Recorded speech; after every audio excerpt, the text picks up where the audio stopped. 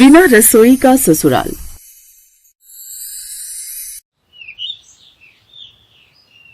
क्या निरंजन भाई साहब अपने प्रेम के लिए हमारी सारिका का हाथ मांग रहे हैं? पर वो तो बड़े पैसे वाले हैं जी। सुनंदा, निरंजन आज भी मेरा वही दोस्त है जैसा 20 साल पहले था। वो आज भी नहीं बदला। वही मिलनसार स्वभाव, वही अपनापन। खुद उसने प्रेम से हमारी बेटी की शादी की बात की। मेरे मोबाइल फोन में सारिका की कुछ फोटो और बायोडेटा था। उसी समय उसने मेरे से लेकर अपने पंडित जी को भेजी और कुंडली भी बहुत अच्छी मिल गई। तो वो लोग सारिका को देखने कब आ रहे हैं? बात करता हूं निरंजन से फोन पर। सारिका इतने बड़े घर की बहू बनने जा रही है। आज मैं बहुत खुश हूं। पापा, बहुत घबराहट हो रही है। अचानक से ये सब इतनी जल्दी जल्दी हो रहा है कि कुछ समझ ही नहीं आ रहा। सब अच्छा होगा ना पापा? सब अच्छा होगा बेटी। निरंजन बहुत अच्छे स्वभाव का है और जहां तक मैं जानता हूं उसकी फैमिली भी उसी तरह होगी। तो चिंता मत कर, मुझे निरंजन पर पूरा भरोसा है। वो तुझे अपने घर की बहू बनाकर ले जा रहा है। वहां पर तू बहुत खुश रहेगी। सारिका के पापा ने फोन पर बात की और बताया कि लड़के वाले संडे को घर पर आ रहे हैं। संडे के दिन सब सारिका को देखने के लिए आए। कुछ देर बाद ही सबको भागने की जल्दी हो गई। पापा जी, मेरी एक जरूरी मीटिंग है, मैं निकलती हूँ। ठीक है, फिर हम लोग भी थोड़ी देर में घर आ ही जाएंगे। सुनिए, एक छुट्टी मिलती है, मुझे भी जरूरी काम होते हैं। आप शादी की बात करके आ जाना। मैं और निशा भी अब निकलते हैं। भाभी जी, आपने तो कुछ खाया ही नहीं। बस बस, और कुछ नहीं। अच्छा, मैं चलती हूँ, आप आ जाना।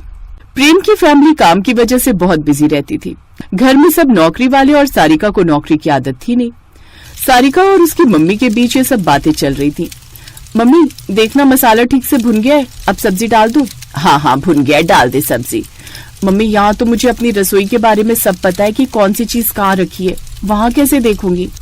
अरे, जहाँ तक मुझे लगता है तेरे ससुराल में रसोई बहुत बड़ी होगी। जब घर इतना बड़ा है तो रसोई भी काफी बड़ी ही होगी। धीरे धीरे जहाँ रहते हैं वहाँ की आदत पड़ ही जाती है। और वहाँ तो सास जेठानी ननद सब मिलकर ही काम करते होंगे। कुछ ना समझ आए तो उनसे पूछ लेना। ऐसे ही तो परिवार बनता है। धूमधाम से शादी के बाद सारिका अपने ससुराल पहुंची। उसने देखा खाना बाजार से आया है। सारिका को लगा शादी की वजह से सब थके होंगे, इसलिए ऐसा है कि दरवाजे पर एक आदमी चाय की केतली लिए खड़ा है। आज चाय ठंडी तो नहीं लाए हो?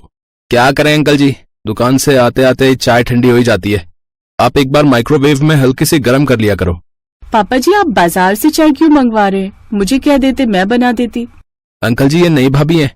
नमस्ते भाभी जी, मेरा नाम सोनू है। भाभी, आप चाय बनाओगे कैसे? यहाँ तो रसोई है ही नहीं। अंकल जी के लिए रोज मैं चाय लाता हूँ। सोनू ठीक कह रहा है बहू, हमारे घर में रसोई नहीं है। बस मैंने ही एक छोटा सा माइक्रोवेव खरीदा हुआ है जिसमें कभी कभी बाजार की चाय और खाना गर्म करके खा लेता हूँ।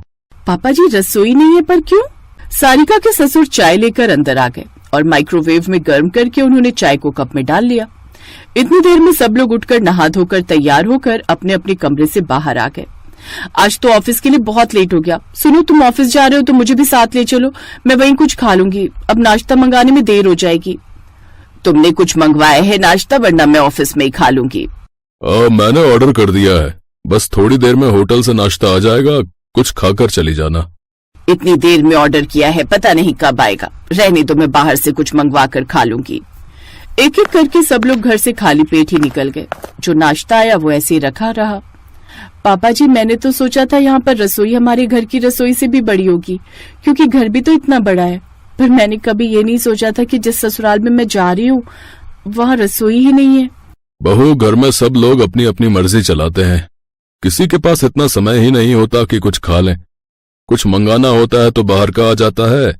बहू, नाश्ता आया हुआ है, तुम खा लो। ये सब तो चले गए हैं, मैं कुछ देर पार्क में टहलने जा रहा हूँ।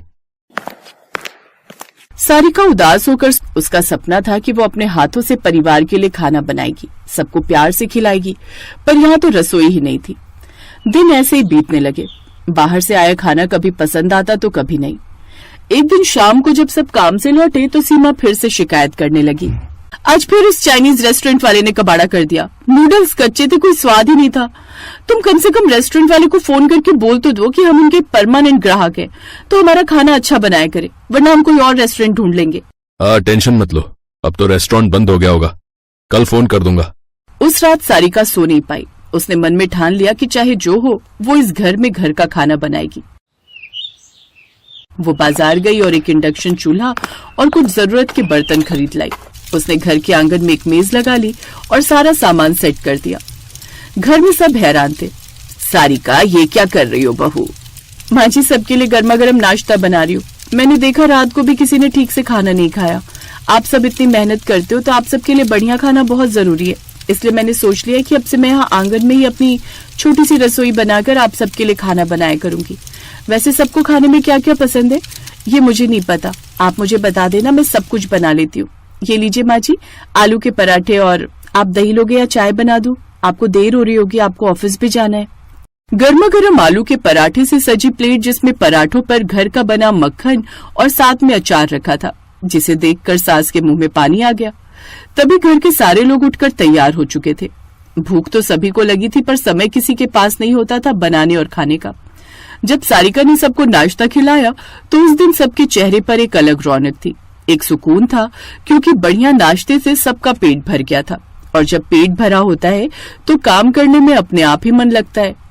सारिका अब तीनों टाइम बढ़िया बढ़िया खाना बनाने लगी। बाजार का खाना आना बंद हो गया। सारिका बहू, तुम अकेली ही लगी रहती हो, इसलिए मैंने तुम्हारा साथ देने के लिए शांति को रख लिया है। अब खाना बनाने में शांति तुम्हारी मदद कर दिया करेगी। और हाँ, घर में सबसे बात हो गई है, हम एक नई रसोई बना रहे हैं। रसोई? पापा जी? हाँ बहू, हम सब ने मिलकर ये फैसला लिया है, अब हमारे घर में भी रसोई होगी। सारिका, तुम्हारे आने के बाद से हम सबको इतना बढ़िया खाना खाने के लिए मिला है, वरना हम सब बाजार का खाते थे, पेट भी नहीं भरता था और ऊपर से गैस एसिडिटी की भी प्रॉब्लम होती थी। थैंक यू इतना टेस्टी खाना बनाने के लिए। पापा, मैं आज ऑफिस की छुट्टी ले रहा हूँ, सोच रहा हूँ सारिका के साथ जाकर किचन के लिए सामान खरीद लाऊं। प्रेम की बातें सुनकर सारिका के चेहरे पर मुस्कुराहट आ गई। जो प्रेम कभी भी ऑफिस से छुट्टी नहीं लेता था, आज अपने घर की रसोई का सामान लाने के लिए छुट्टी ले रहा था। सारिका की कोशिश पूरी हो गई और कुछ दिनों बाद उसके ससुराल में भी बड़े कमरों के साथ साथ एक